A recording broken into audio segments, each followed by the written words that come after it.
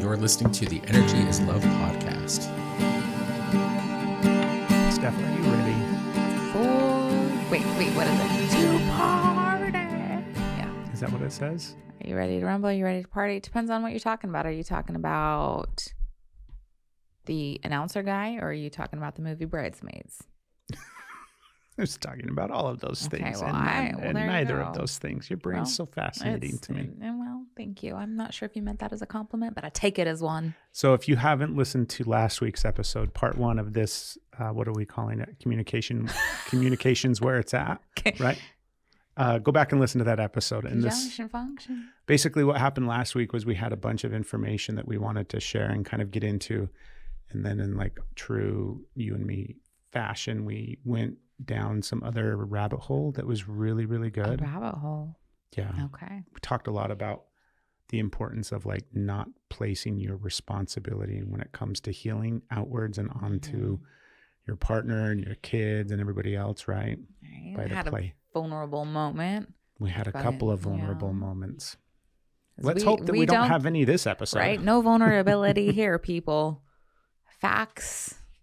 Just facts, Jax. Just facts. Just the facts, man. Oh, okay. We've been, our son brought home a puppy this week. Brought home an itty bitty little bitty puppy. And so we have been in the works, and not in the works. We have been helping him care for a little puppy, and it's been a lot. So we're tired, but we're here. Yeah. But that's no big deal, right? So we're going to get into today. The idea being that first and foremost, we hit a lot on last week's episode as well about communicating non-verbally and how much communication is actually taking place non-verbally. So that's a big caveat as well as to in regards to everything that we're going to talk about, where there is always the non-verbal aspect of what you are saying with your mouth. So tone, inflection, the way that your mouth moves, the way that your eyes move, shoulders, body. I mean, all of it, right? We all know what body language is, but all of those things play a massive role.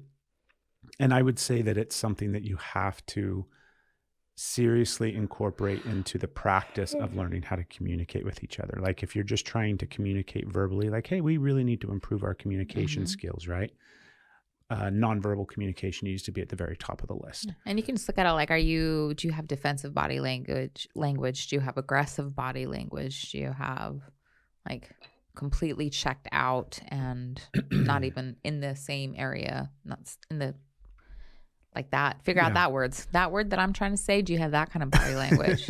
But it's so important. Right. So that's something that definitely needs to be addressed and looked at and like really practiced, right? Yeah. There's a lot of times where you and I will be in the middle of a conversation and I will just pause and be like, can you please adjust your body language? Like right now you're sending, you know, your words are like, hey, I really love you. And then your body's like, you want to fucking fight?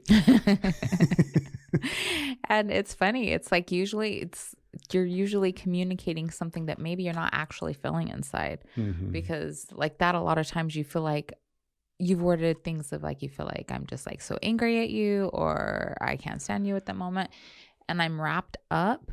And so my body language is looking like, But what's happening is I'm scared. I'm scared and I'm protecting myself. I don't recognize I'm doing that. So it's like this, like I'm holding where it hurts and scared. And you're like, you look like you hate me. And I'm like, I think you're communicating you hate me. And so also to not take that as, you know, what you are projecting doesn't mean like that's not for you to get defensive about. And once your partner is saying, hey, this is making me feel this way, not be like, well, that's your fault. That's not what I'm feeling. Because then, you know, you're kind of validating it right there. She's like, oh, I'm sorry. Yeah, let me just adjust it real quick. Let me try to like communicate what's actually happening in here and not make you wrong for your interpretation. Yeah. So bring that to the forefront when you're starting to implement like the practice of expanding your communication. And it's more, excuse me. A good way to think of it too is our mouth is communicating what our brain is thinking, and our body language, the nonverbal communication, is communicating what our like the emotional state is. Right. So if our nervous system, that's a good way to look at it. The mouth is communicating the brain, and the body is communicating the nervous system. And so if your nervous system is activated in any way, your body is going to be Your body's not like, communicating hey, that, right? what's up? We're just cool having a conversation. I'm just laid back. Here we go. Yeah. Your mouth can do that, but your body's Telling a very different story. And we talked about maybe your eyes. You're a little like her. How in like not integral, which is a word I can never say. You got this. I don't know why I continue to try to use it. You got it. How Practice, baby. keep practicing You the got word this. that you're 42. I'm sure you're going to get it at some point. I try to practice talking every day. Every day. I practice. But reading and picking up on body language is something that is instinctual and integral. Damn it. Is it intricate? No. Integral. Not intricate. Look, we It are is- walking thesauruses if you need and pronunciation Hold on. experts. It is key to your survival. Being able to interpret body language is key to survival. There we go. That's simple enough. So it's not something that you're doing it even if you don't think you're doing it. Meaning you're reading and picking up on whatever your partner or the world around you is saying without saying anything. True. So, And again, it's not always survival dependent. You have this skill, but not every time somebody gives you a dirty look is it, this is it. yeah. It's just you or me, buddy. So we have 3 different topics, or not necessarily topics. We have like 3 areas where your communication is probably getting hung up in relationships. And as always, like, yes, we highlight a lot of stuff and we focus on like primary partners and your committed relationship, whether you're married or you're in a partnership, whatever the case may be. A lot of what we focus on is that, but it doesn't apply to just those type of relationships. Right. All of these things apply. Like this is more applicable for me right now with friendships than it is with you and me. You and me have a pretty good practice when it comes to being able to communicate. And then I try to implement some of those same things with friends. And it just goes off the rails. It's a nightmare. But we're doing so good. So we've got 3 different areas that we're going to talk about. And they're all interrelated to basically healthy communication. So first and foremost, poor listening. If you're not listening to what your partner is saying, then you're not really communicating. Listening is one of those things that, I mean, how many memes have you seen or people have, there's that adage of like, God gave you 1 mouth and 2 ears, right? Something, isn't that one? Yeah. Listen twice as much as you speak. Yes. And we forget it. Yeah. Yeah, we just forget it. And the idea that in order to like really actively listen, you have to stop the narrative that's taking place in your head that is preparing your response to what is being said, or snagging key moments of what is being said that you then want to address once it's your turn to talk. Like if you're just waiting for your turn to speak, that is not active listening. You almost have to like put that part of your brain on pause and just really be present with what the other person is saying. And it's hard. It's hard. It's really hard. And it's not always like waiting for your turn to speak either. Sometimes it's just like you're panicking because like you're going to forget what they're saying. Like your attention is wavering. You have a lot going on. So you're trying to really hone in on these points, not because you're just waiting for your turn, but you want them to feel heard. So then your panicking is coming up. And then what's happening with that is that's where your mind is. And then again, you're not listening because you're just too worried about trying to remember and not forget. So you're like missing the whole point. You're doing and causing the exact thing that you're trying to avoid. Yeah, this happens I'm all so the guilty time. of that all the time. Like my brain is like, even though we'll be like, hey, we really need to communicate about something. And then you will say something in the first 15 seconds. And I'm like, hold on to that, hold on to that, hold on to that, hold on to that, hold on to that. And then I don't hear anything else for like the rest of the 3 minutes that you're talking. And then oftentimes I even forget the thing that I was trying to hold on to that I was going to respond to and kind of react to. Yeah. Yeah. How does it show up for you? All kinds of fun ways. All kinds of fun ways. Like the example that I gave, I'm big on. And then there's times that Can you give that example again? Really? Okay. Somebody in the audience wasn't listening. Okay. And right. They want to hear it again. They want to hear it again. So you're so worried about, because you struggle with.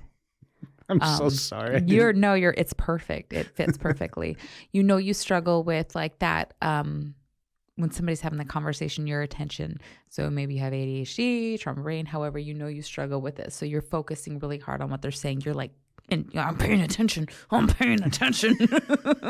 You're like, don't forget. Remember that you're trying, because you're trying so hard to show that you are actively listening, and you don't want them to feel like you're not listening to them, because your brain is like, you got 5 different squirrels jumping around trying to do other things. And you're like, I hear you. So that's what happens, is you end up forgetting anyways, because you're trying so hard to not forget that your narrative is like, pay attention. So by the time they're done talking, you still didn't get it. You still weren't being able to active listen.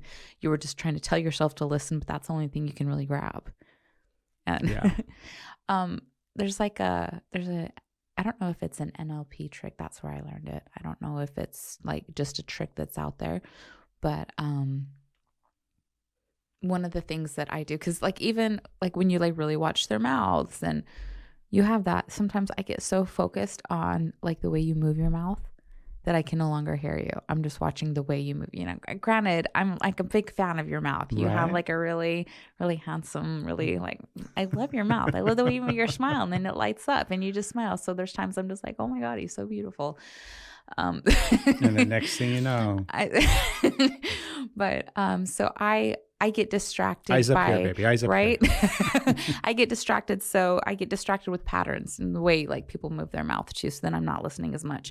And then if I'm like really honed in, making like that awkward eye contact, it's really hard for me to make eye contact a lot of times. So when I get really into it and I'm really listening and honed in, what's happening is now I'm making that person feel like I'm peering into their soul. So then they're weird. So one of the tricks that I do to circle back around is parroting, but you have to, it's like really, really fast. So parroting, it's like I'm immediately like saying it again, what you say. But it happens like super, super fast, like word for word, not sentence for sentence. So it's not like you're trying to take notes and write it down just as you're saying it. I can even do it with myself. It's like you're an echo. So every sound syllable that comes out, you're echoing. So you're focusing on hearing that come over again. And a lot of times it's like enough to quiet out your brain, because you're still giving your brain something to do, but you're focusing. You're doing it right now, aren't you? Right? But you're focusing on what they're saying. So you're hearing that. At some point it shifts. Hold on. To where. Keep going. And I'm going to do it Hold audibly. on, quick. You're going to do it audibly? Okay. Okay. This is going to mess me up. Okay. If you're driving, pull over, because you're going to be like, oh my God. So it's kind of like that. You can't do the laugh. You can't do the laugh. Anyways. You get the idea. Yeah. But then that like tricks your brain in a sense. So while you're parroting, you're really hearing it. At some point you stop parroting, but you're not thinking about what you're going to say. You're like really, you become like that connection engaged to where you're really hearing. And I don't think I've ever heard that before. You have on this podcast. No, I wasn't listening to that episode. I think it was about listening. Was it last week's episode? No, it was, we were in Utah. It was a long time ago. Yeah. It might have even been in the 200s. Yeah. Yeah, it was That's a while great ago. trick. Right? You liked it then too. I'm sure I did. Immediately you started doing it, and like you said, I was doing it, right? And then it was like, oh wow, this works really, really well. Right? Yeah, that's a good little hack. I like that. It's not mine. Like I said, I heard it through NLP. Whether or not it's a common thing that's out there or not, I don't know. Yeah. What are some of the things that you think that we experience? Like, what happens when we don't listen? Like, I feel like you're a better person to talk about that than me, Craig. Did you hear how I? Yeah. I mean, snuck that one right under there. Pow, pow, pow. That was called a low blow, people, and it wasn't. When I don't listen to you, it creates all sorts of issues, right? Obviously, you get frustrated with me. I mean, that's like the tip of the iceberg, but it's even just like we don't have the capacity to not just communicate, but it creates so many hiccups for us, right? Because it's not even just like you're frustrated, but it's like, how many times are you telling me something and I might be and then I'm like, I have no idea what you just said, right? And then you're like, well, that was a really important thing. I guess I don't need to highlight like what happens. Everybody knows what happens when you don't listen to each other, but I think the thing to remind yourself as you're practicing this, and because we do this as well, where it's like, give them like the grace for sucking at this, like the grace when it comes to not listening. And if it's safe to be like, oh my gosh, I'm so sorry. I know that was really important, but I didn't hear anything you said. And it has nothing to do with you're not important or what you say doesn't matter or I'm ignoring you, or it has nothing to do with that. And like 90% of the time, it's because I'm already engaged in something else. If I'm focused mentally on a task, or if I'm working on the computer or whatever it is, even if I'm just like your favorite thing to do is to talk during movies. And I can only take in information from like one source at a time during certain times, right? Yeah. Like there's obviously times when I can multitask information input, but if I'm listening to something and then you start talking to me, I'll pause to listen to you because I want to hear what you have to say. And then it's like, don't pause it. Don't pause it. I'm like, well, then don't talk. If you don't want me to pause it, then stop talking. I just want to make noise. I just want to talk. I'm safe to talk when there's background noise. When it's off, all focus is on me. And I'm like, never mind. But it's obviously an important thing. Oh, gosh. So if you're not listening to each other, then there's just no real way to communicate. There's another thing too that happens, like I'm definitely guilty of a lot, is deciding that I know what you're communicating. I know what you're saying. I know what you're thinking, like when you're speaking. So I have my mind made up that this is what you're saying. And instead of giving like the benefit of the doubt that maybe like you're not saying that, just listening to you, I'm like, no, this is what you're saying. Yeah. And then here's the trippy thing is that when you think, well, see, no, I knew it. That's what he was. I was trying to say, no, he wasn't saying that. But yes, that's exactly what he was saying.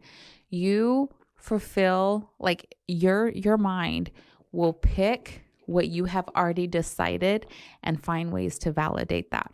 So when you have that decision in your head that you know what the other person is saying, thinking, feeling, and they're communicating to you, even if they're like, hold on, like that's not what I'm saying. And you're like, okay, well, what are you saying? Then you've already heard it. You've already decided. So it rarely matters what they actually communicate.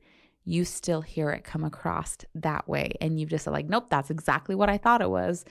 And it's just really this like that. You put a clog in your ears, you put like an earpiece in there, you put filters on. And so you're missing what they're actually saying. You're just like completely missing it. And sometimes they are saying the thing, right? Sometimes they are. But you were more likely to miss what they are actually saying when you decide you already know ahead of time. And even if you like, when you pull, like I said, that like that pullback or like, okay, let's just see. I'll be open to whatever you're saying. Your mind's made up. You've already heard it. So you have to really just like, I'm going to hear what they're saying. I'm going to hear their experience. I'm going to listen to what they're feeling and what they're sharing, and let it be something that you've never heard before, because you have never been in that conversation. Even if you've had that same conversation over and over and over again, you were having it for the first time right then.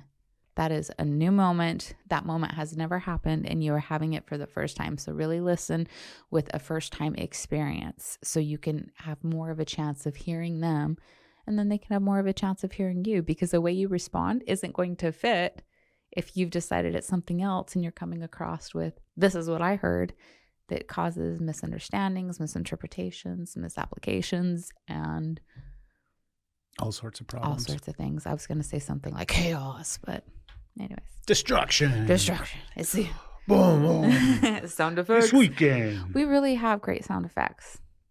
We do.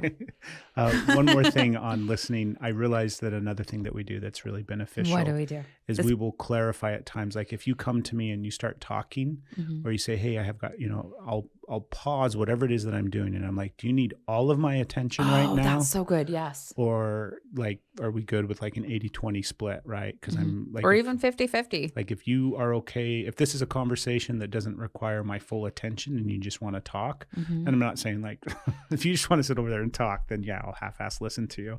But it's not everything. Not every conversation needs you to completely drop in and hone in. Exactly. Right. And so it's the clarification of like, no, that's fine. Here, this is what I need to say. And you're like, cool, okay, yeah, I got that. Or, okay, yeah, you need actually, all I need of my another. attention. Let me stop what I'm doing. Or We'll get back to it. 5 minutes from now, I'm all yours. Right. So Right. that's a really good thing. That is a really good thing. Yeah. So that's even like another way of like where you're getting their opt-in. So like, are you ready for this conversation? Because like what kind of level? So you just find those little quirks that work. I'll just talk. I'll just talk to myself, want to tell you about a funny reel. I'm like, here you go. Sometimes the disassociation, the brain clutter, all the chatter watter going on in my brain, my brain bones, the chatter watter going on. I stop to realize what's happening around me. Sometimes I don't realize you're working. Also, when you're on your phone, you might be working. You might be scrolling social media. You might be, which is like, you might be killing time, or you might be like busy in production. You might be editing. I don't know. So I don't always associate you on an electronic as work, even though the majority of the time you are working on it. But I'll have something that'll come through when I'm in hyper distraction, and then here it is, and bow, out it goes. And so I'm gathering your attention, not noticing what's happening. So just you saying that instead of getting mad at me for interrupting and being like, can't you see I'm doing this? Like, not at the moment. I didn't. I wanted to. You're just like, hey, how much attention do you need right now? Do you need, do you need all of my attention? Because chances are I'm just like, blah, blah, blah, blah. Nope, not really. It's okay. Or I stop interrupting you because it's not important. I don't know. It's good. Look at there. Yeah. I either cannot speak or I can't shut up. It's rarely a balance with me, but I'm working on it. So next up, the common issue / roadblock that's probably affecting your communication is defensive communication. Boom, boom, boom. More sound effects for you, babe. Right. So this one is like, they're all, I was just thinking earlier too, when we were talking about poor listening, where it's really difficult to listen if you're activated, right? Mm-hmm. You almost have to have a calm nervous system in order to be able to actively listen. Right. And if the communication that's taking place, so like defensive communication very much is like everything that other person is saying, you're taking personally. Mm-hmm. It's not a matter of, did you take the garbage out? From the perspective of like, oh, that's a thing that needs to happen in our house, and I'm just checking and touching base to make sure that, that thing was finished. If not, I'm going to jump up and take out the garbage before we go to bed. And then it gets responded with, why do you always bother me about taking the garbage out? I'll take the garbage out when I want to take the garbage out. Did you do the thing that you're supposed to do? All the defensiveness. Why is that just my job? Why don't you take the garbage out? Clearly it's on your brain. So why don't you get your happy ass up? And this is all really the different common. ways, right? And I think it's really common to have that just as your style of communication with your partner, where you're not almost like you're only communicating that way. Yeah. Defensiveness. And I think that actions and reactions. Like, if we look at it on the scale of what our nervous system is doing, if you have a pattern of communicating defensively with your partner and your nervous system is in a calmer state, that might look like teasing each other. That might look like the passive aggressive or communication, or what's the thing that I've been working on a lot where I will, are you talking about how we off gas? So not just off gassing, but like how I will communicate in a way to make fun of you. Oh, yeah. Right? Because that's like all that I was raised with, was everybody in my family just making fun of each other. Yeah, you've worked on that really well. But that is what I'm kind of talking about, where like that's a defensive, that's a calm nervous system state when defensive communication is the norm. Right. So it looks like, oh, I'm just teasing you, right? And it's like, don't take it seriously. Like, I was just teasing. Yeah, and that's actually really hurtful. It is. That's like, it's totally terrible. Yeah. So because then it's my fault for like. But then, like, I mean, you either respond with, defensiveness yourself, right? Or it's just a hurtful thing that you have to like suffer through. Until you get to the point where you're like, I don't appreciate that. Yeah. Like, And then please don't speak to me that way. Or you remove, like, there's so many other things, but when you're not catching it, it is like, oh, now we're fighting. Or. So that's what I'm saying is like, I think that the defensive communication is, it's not something that can happen. I mean, obviously that's the case where people can be in a very activated state. We do this all the time still, where like we're totally triggered and activated for some reason. And then we're kind of responding with a lot of defensiveness, right? However, like I'm saying, does it make sense what I'm saying? Where people are in that style of communication all the time, Right. but it looks different depending upon where your nervous system is. So if you're in a chronic state, if your nervous system is chronically activated in some way, so you're always in a fight, flight, freeze, or fawn response, and you have a defensive way of communicating with each other, it's going to look different when you're in some of the calmer states or the calmer end of the spectrum with some of those activated states. But it's still a defensive way of communicating because you're not really actively listening. And you're saying things in a way that are very easy. Like if I say something to you that is really easily interpreted as an attack or as like I'm poking the bear, or that's like immediately I got some sort of like sexual reference in my mind, like poking the bear, like that's the new thing. Anyways.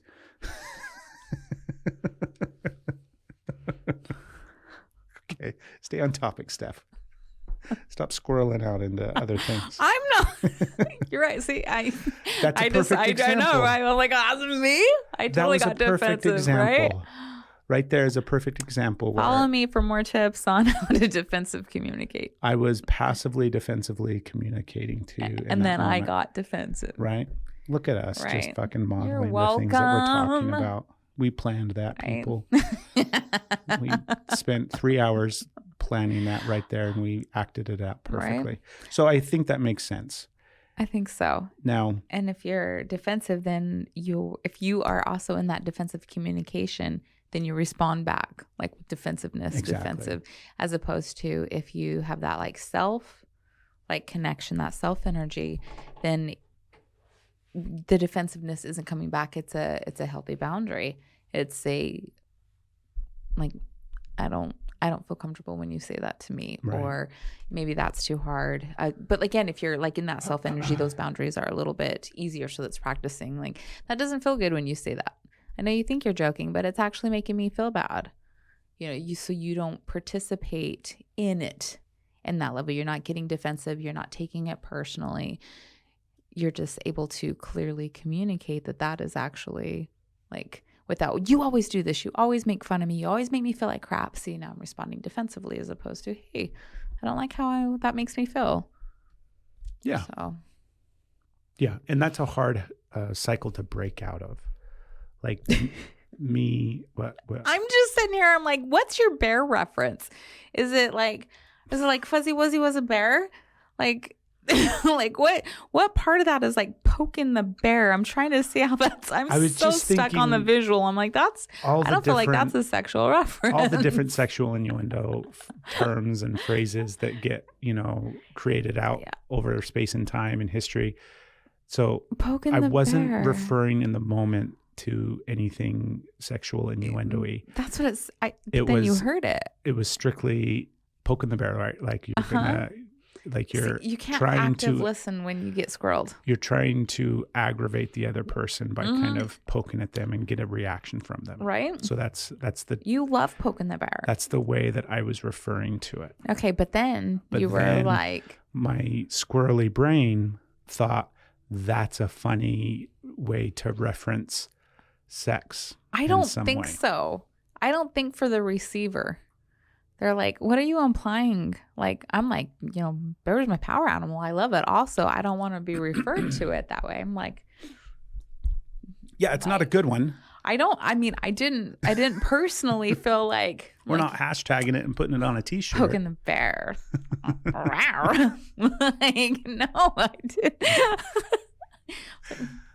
What are you implying? So we got to move on. Sorry. I'm going to try to, but my brain is wrapped around that. Okay, so just parrot everything that I'm saying. Okay. try my own tricks. Are you ready? I will speak slower. So I don't need you to speak slower, mister. So I've had to really look at, like, how do you heal or how do you stop defensively communicating with one another? It all is directly correlated to your nervous system. Mm-hmm. How do you regulate your nervous system?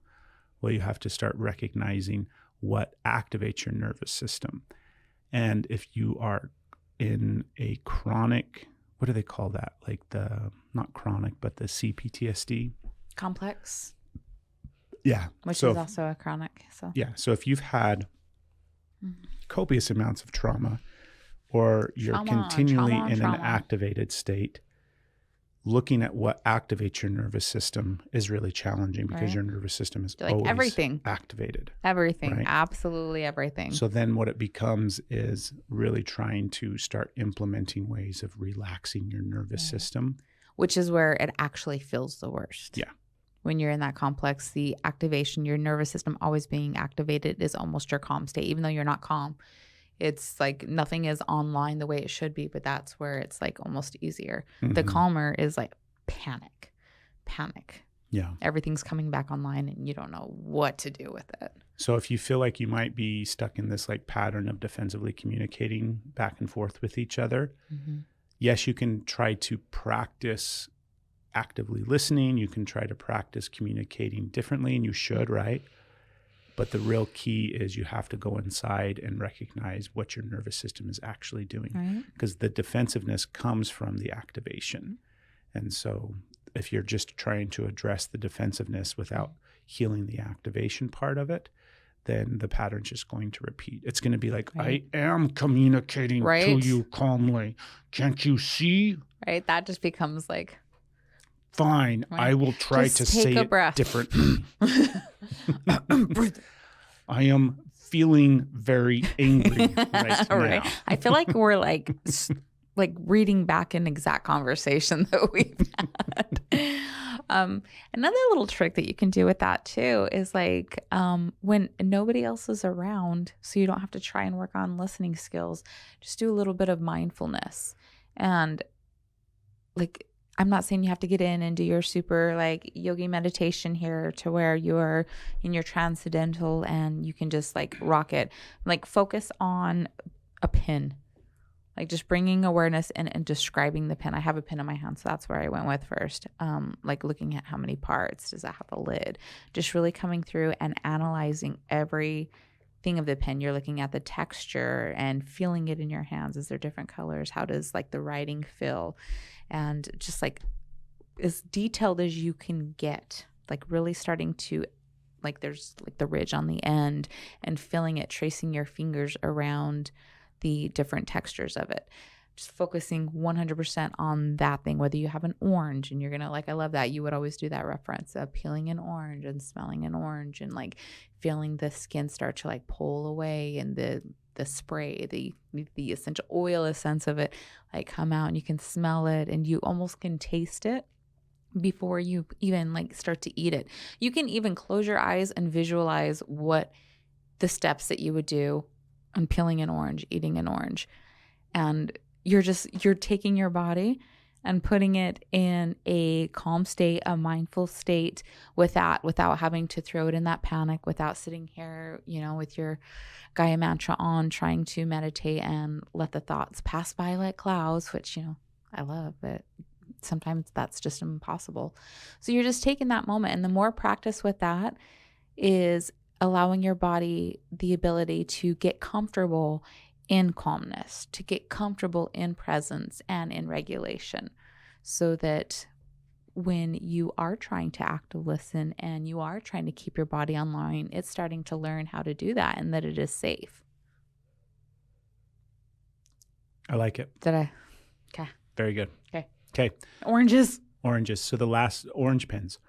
So orange pins. The last one is mind reading and assumptions. We touched upon that a little bit in the poor listening. Yeah. But deciding that they're saying this goes far beyond like in the middle of a conversation where you're like, oh, I know where this is going. I know what they're saying. That's definitely an aspect of it. Here we go again. But like you and I have been together for over a decade. Mm-hmm. And there are so many times that I think I know what you're going to say even before we start a conversation. Or I can look at you and I can see the way that you're behaving, meaning your body language, and I think I know what you're feeling. I think like if I have something that I'm going to bring to you, say, oh, I need to talk to you about something, right? I think I already know how that's going to make you feel. So I am making all of these assumptions prior to us having any actual communication. And I'm probably right 20% of the time. Truthfully, it's probably like, do you know what I mean? It's foolish for me to think that I know what you are thinking, feeling, or what you're going to say. And the reason I like, there's a part of it that the reason why I want to think I know what you're going to say or think or feel or whatever, right, is because that to me tells me that we're so in love. Like we're so you connected. Really know me. You know my every thought, my every word. Yeah. And you know, we're not going to spiral into like codependency and all those kind of things, but there's some good and some bad to it.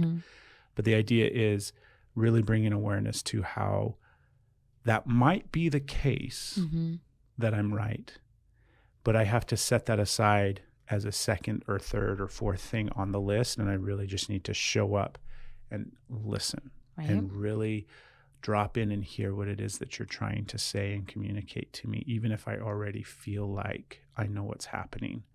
And then it is battling back and forth with like, it sounds like she's confirming what I'm thinking. Right. Instead of just being like, okay, let's hear her out. Let's really listen and see what it is that she's feeling about this, or maybe what is really happening. Right. Yeah. I think that's like a really big one. And like we did start to touch on it with that self-fulfilling prophecies of how you will, like your brain will start to validate your perception. So there's been like with that case, with that example in hand of where you're going to bring something to me and you already think you know how I'm going to respond, you start to treat me as such and build it up, and like you're coming at me with this energy of like, it's a big deal, you're going to be upset. I'm starting to get agitated. I'm like, oh shit, what the hell? And then you're like, oh, it's not that big of a deal. I'm like, the fuck? Right. You know, so I'm getting worked up and I'm like, oh, this is a big deal, because you're still not saying it. You're like caretaking all of these, giving you all these caveats, right? All of these, you're like trying to diffuse every action or reaction that I may have. Meanwhile, it's like, you're just like putting these little fuses, and I'm sitting here. And what would be a healthy thing for me is to realize, oh, like you're activated right now for some reason, like you're monitoring this. So I'm not going to make any assumptions, and I'm just going to be like, it's okay. It's okay. Like you can go through it. But instead I'm like, so I'm responding to your perceived mind reading and future casting of my actions. And so many times when it finally comes out, because I've started creating, I'm like, oh my God, he's going to bring this up or this, you know, all these things that I definitely don't want to talk about or deal with. Or I'm like, this is something that I really don't want to have to face. This is what's coming up. And you're like, it's not a big deal. I'm like, I've got 5 catastrophic things that I'm ready for you to say right now. And then you're like, so I don't really know if I want pizza for dinner tonight. I'm like, dude, like you got me all worked up over that. Well, I know that you had your heart set on pizza. Right? And so it's this like, and we had talked about it earlier. And then, but I'm not really feeling pizza. And then when your body is going that crazy, just having the awareness that, oh, it's not that, doesn't mean everything's done. You're like, okay, it's all better then. You've got to try and ride that back down, because your body's still like, we were in a, like, here we go. We were like, it was the end. Everything was falling apart. You have to try and re-regulate yourself. So if you were to just come to me with this thing like, hey, I'm kind of not feeling this, or like, are you up for a conversation? Even given that opt-in without caretaking any of it, assuming how I'm going to respond, it might be less of an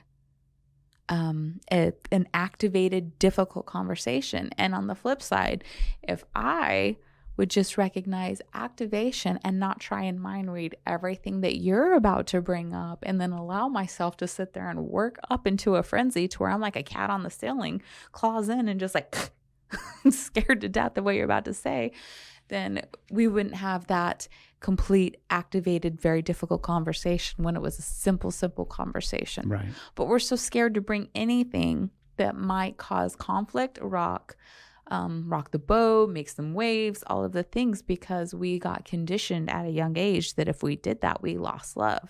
I want to speak to why we mind read. Okay. Because I think that the reason why we do it is because we are activated already, right? So I will sit and I will try to come up with every possible scenario, solution, answer. I will try to create a safe situation or a safe experience in my mind that will then allow me to say the thing that I need to say, or it will allow me to show up in the way that I need to show up in, because I'm scared. Was not safe. Speaking wasn't safe growing up. And I think it's more than just like the speaking part of it, where a lot of times as kids, we had no idea what was happening. Right. Like no idea what was happening, right? So the environment was always toxic or dangerous or tumultuous, or there was always something unpredictable. Right, very unpredictable. So we had to predict it. You had to predict it, and you had to predict many different situations, because even the prediction was unreliable. So you had to come up with many different situations, so you knew how to respond when shit hit the fan, because that was like the only predictable thing. So if you are guilty is the wrong word to use, but I'm going to use it. If you're guilty of mind reading and making assumptions. It hits like a rock in your belly. See, did you see my body language with my squinty eyes? Glaring. So if you're guilty of mind reading and making assumptions, it's probably because you're activated. It probably is coming from a place inside of you that feels afraid and scared to speak or say something to your partner, whether it's bringing something up or even just like how hard is it sometimes to have conversations where we might not even be really triggered, or it's not like we're talking about something that is really dangerous in a sense for our relationship, but it's just like, I know we're stressed right now and it's hard to talk through things when we're stressed. Right. So I will try to figure out what you're going to say or what you're already thinking as a way to make that environment safer for me to then be in or exist in or communicate in. Right. And there's like another part too, where you honestly don't want to cause me pain. Yeah. So you are literally trying your best. So you are like self-preservation, making it safe for you to be in, making sure you don't lose love.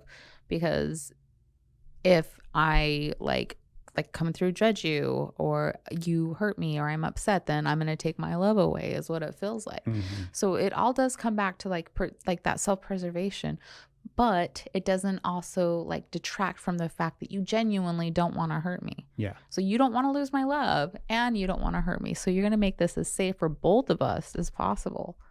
Right. And then in reality, it's not. It's just like. It's just creating more. Right. Chaos. And so when you're recognizing that, just like so much love for yourself, because you were conditioned that way, you learned that behavior, whether it was a violent, toxic situation or it was just emotionally unavailable. So you didn't have that nurturing that you needed, which meant they would disappear emotionally, cognitively, they would completely check out, or maybe they weren't able to be in the same space as you. And it can still have that. That still feels like a loss of love. That's how it comes. So, and then if you have this program and then you come into a relationship and then you apply this program and both of you are applying this program and then you start healing together, which is beautiful, right? You mirror that and you're like, ha, I see this. You know, you're doing this, you're doing this. Okay, I'm doing this and I'm doing this. But you've already laid the groundwork. So this is where it gets even trickier. It's beautiful because you can see each other and you can start working. But it's not just where the ego gets in. It's not just past programming. You're like, it also applies here. So when you're trying to tell yourself this is an old program, your ego is like, but this shit happened right now, so I'm not going to say this isn't what's happening when we've already proved it is what's happening. Yeah. And so that's really hard to be like, right now, is it happening? In the ego shadows, like, yes, right now it is happening. So you can see how all of these like common pitfalls, I mean, this kind of stuff that happens in relationships and in this type of communication, over time, it just creates like a pattern of avoidance and withdrawal where you will stop talking to each other. You will stop having conversations about a lot of stuff, not just difficult things, but that's where you see like partners and, you know, relationships where they're just like roommates, where they're not really engaged with each other. and they're not really connected. And it's not to say there aren't other factors, of course, that can lead to that, but oftentimes it's the continual breakdown of communication, because not just these pitfalls, but there's a bunch that will lead to that, where you just will stop talking to each other, and it will become very surface, where you don't want to really get into things because it creates all of this other stuff inside of you. And the idea, I think, hopefully what's clear in all of this that we're talking about, if we've been able to communicate it effectively, is the communication isn't causing the activation. It's your activation that is affecting your communication. Like, it's so easy to think that because my partner is saying something to, like, if your partner is in that really defensive way of communicating, that their defensiveness is what's causing you to then be defensive. And that is the case sometimes, of course, but truthfully, like, your inability to listen, or if you're defensively communicating or trying to mind read, that isn't a byproduct of a lack of communication. It is a byproduct of a dysregulated nervous system that then leads to difficulty communicating. So all of this really is correlated and connected to what your emotional and physical state is happening inside of your body, because we know very, very clearly when we are activated in any of those 4 fight, flight, freeze, or fawn responses, your brain and the capacity that your brain has to put out information is vastly limited. Your cognitive abilities to communicate effectively is drastically limited. So the trick is bringing awareness to all of these things, trying to implement some of the stuff that we've talked about in regards to just like practicing these things, bringing awareness to these things. And then truthfully, it's a lot of intense work on your nervous system and why it's so activated and why you are triggered and why all of these things are happening to you. And that's all the shadow work. That's all the healing. That's all going back into your past, not just within the scope of the relationship, but obviously childhood and everything else, and trying to really heal all of those things. Because you can't communicate if you're activated. You can't. And then to like add on that, you can't communicate if you're activated. If you are not in a safe situation, if you are not in a safe relationship environment, all of this is not applicable. You can't practice safe communication, being like calm in your body, your nervous system, and regulating yourself when you are not in a safe situation, when you are in a dangerous, toxic, traumatic, abusive relationship. So if you're like, how do I make all of this happen here? Like, it depends on the environment you're in. This is for like people who are working on it together, or in environments that are not like, what's the word? Toxic and abusive and dangerous. Yeah, we'll just use that. I had another word, but it's like volatile or, so keep in mind, like it doesn't matter how much work you do and sometimes the work is to remove yourself from the environment.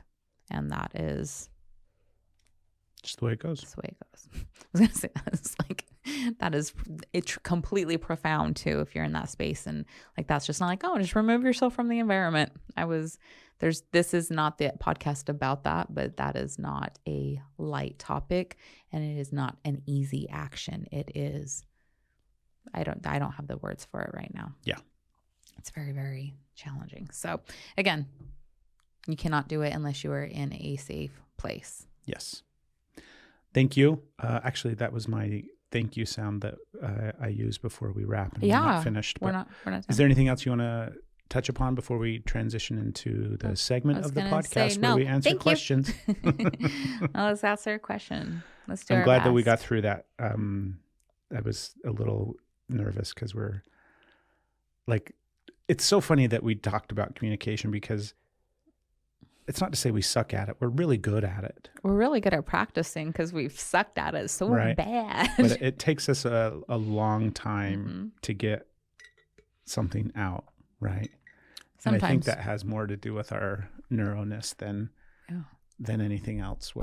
I definitely that's a whole other one, like over explaining and really trying to, is because we're like, hold on, like let me try and explain why, for like I have a reason to speak here, or like I have to earn the worth and the value of speaking, and I want to really cover all bases because I don't want to make you mad or avoid, and which is perfect for a podcast because podcasts are made for the nice long form communication, so we can over explain our trauma hearts away here. Okay, so now we're transitioning into, oh my goodness, I don't know why I'm like advising people. Okay, now folks, coming up on your left, you will see this is the part of the podcast where we answer questions. And you can submit those questions by going to energyislove.love and clicking on some button there. I was going to say the offerings tab. That's not it. You can click on the contact and send us a message. You can email us. You can also just simply hit us up on social and let us know if you want us to answer your question on the podcast. So this week's question comes from Instagram. How can I find the right partner, or when do I know that I have found the right person? Big question. Big question. Right? Did you think that we knew? Like, when did you know that I was the right one? The moment our eyes met. Right. I felt my heart flutter, and I knew in that moment. I think there's something in me that knew, but my brain did not. I think there was something in me that knew as well. I guess let's answer your question. Right. It's a good question. That's something we did not know at that time. That's only years down the road, retrospectively looking back, that we can see that was a possibility. So like, how do you find the right person? I mean, there's a lot of like old adages out there where like work on yourself, all of those things. And those are really important steps to finding and attracting the right person. When you're really clear on who you are and what you want and what you value, then you are able to come into that relationship with that strong foundation, and you're going to recognize like values. You're going to recognize like, not perceptions. You're just like when you have the same values, when you have the same like directions, and it's not that the person has to marry you or be the exact same as you, but when you're heading towards the same, you know, like the same things matter. You're on the same page with things, and still different and unique. If you're questioning those things for yourself, like what do you think is important in your life? Where do you want to go in life? Mm-hmm. What are your likes? What are your dislikes? That's a really important thing as well, right? Oftentimes, if you're not familiar, but if you're in touch with what you don't like, that's going to really help clarify people that aren't for you. Right. Your hell knows. And so how do I find the right person? Really get clear on what it is that you not just want in another person, but what you want for your life. How do you want to live? Where do you want to live? What do you want to do? What are your belief systems? What's important to you when it comes to your emotional well-being and your health? Is family important to you? All these kind of questions, get really clear about them for yourself. It is wonderful in an ideal world to like perfectly heal and then find the right person, but we don't think that's realistic. I don't think there's anybody on the planet that is perfectly healed. Yeah. And there's a funny dynamic where you're like, this is why it's important to get clear on what you want in life as well as kind of your values, because what's going to happen is all the shadow parts of you are at the exact same time, they're going to be attracted to somebody as well. So you're going to find somebody that you align with and that you like, and you're like, oh my gosh, maybe this is the right person. And if you have that thought and if you have that feeling, your shadow is going to be like, hell yeah, this is the right person, because I can see all their crazy shit. It's about to be a shit show. It's going to be like perfect for me to come out and heal. So that is also another aspect of what's taking place. So the more that you can heal your shadow, then the more that shadow part of you is going to also see healed parts of a shadow in somebody else. So that's an important thing. But don't think that like you have to do all of that work before you find the right person, because it's just not real. It's not reality. The truth of it is you're going to find somebody that is going to take you to the depths of that healing if you're open to it and if you're willing to. And if that is something that's important to you, you can attract that. You can find that in somebody else, and they're going to be like, awesome, let's join together and like hitch each other's wagons to each other. That's not the right term. I don't know that one. But we're going to heal together. We're going to heal together. You know, that's a really noble thing to do together. That's a really awesome thing to do. And then on top of making sure that, all those boxes are checked in a sense, and you'll never check every box. Mm-hmm. You have to allow for the person to be an individual person, and you have to allow for mistakes, and you have to allow for all those things that you hopefully will also be allowed to have, right? All your faults and all your mistakes. And so all of that is going to be applicable. Yeah. And then truthfully, you just have to be brave enough to know that it might not be the right person. Yeah. And it's not like the right person doesn't mean that they're the only person for you, or the right person doesn't mean that they're the right person for the rest of your life. They might be the right person for you in the exact moment that you're in, for the amount of time that they are the right person. Not every relationship is destined to be your only relationship for your entire life. So you have to, that's not a fearful thing to kind of I'm not going to put all my eggs in this basket because the basket might break and then all the eggs are destroyed. Right. Put your eggs in that basket if it feels right in the moment, but also know that there's more eggs and there's more baskets. So if that basket, collapses and breaks and all your eggs are smashed, that's okay. There's actually more. If a relationship ends, it's not the end of the world. It's okay. You'll be able to find somebody else that you click with. The whole, we have this mentality, and because of programming and society and Disney and everything else, where there's one true love and there's a soulmate. And if, once you get married, that's it, all those kind of things. And it might. Yeah, it very well might be. It might. We're not saying that that's impossible, or that might be exactly what you experience. Mm-hmm. But to think that that is the only possibility is where you kind of get backed into a corner of not quite working out the way you want. Yeah. And every long-term relationship requires work. Right. And it requires an immense amount of work. The healthier that you want your relationship to be, the more you're going to have to work and create that relationship. They don't just happen because the two of you are magically meant to be together. Right. Steph and I have been together for, when I say a really long time, I mean over a decade. 10,000 years. It has required a massive amount of work on both of our parts to show up and have the relationship that we actually have today. It didn't just happen because we were perfect for each other. Right. It involved a lot of work. So that's going to happen regardless of whether or not they're the right person. And we don't have the same relationship that we had when we got together either. So even just realizing that the relationship might end or change doesn't mean that it's with that person completely, but it might be within that relationship. You change. I'm not the same person that Craig started this relationship with, and he's not the same person that I started this relationship with. Our relationship is very different. Our relationship has gone through massive transformation, and it will continue to do so because our values, one of our things that we have together, that we are committed to each other, is that we will continue to always work on ourselves. And that is something that we value with the other person. It's not, you have to do this to be with me. And if you don't do this, it's not that ultimatum, but it's a boundary. It's a shared agreement with each other that this is something that we both want. And he's not doing it for me, and I'm not doing it for him. I'm doing it for me, and he's doing it for him.